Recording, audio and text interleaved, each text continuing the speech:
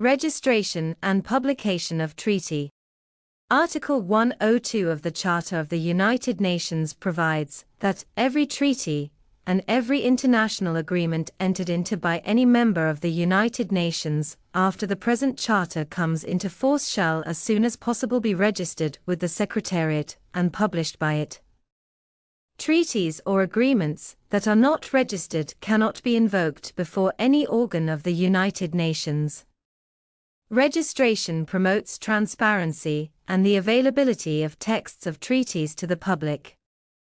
Article 102 of the Charter and its predecessor, Article 18 of the Pact of the League of Nations, have their origin in one of Woodrow Wilson's 14 points, in which he outlined his idea of the League of Nations: open covenants of peace, openly arrived at, after which there shall be no private international understandings of any kind, but diplomacy shall proceed always openly and in the public view.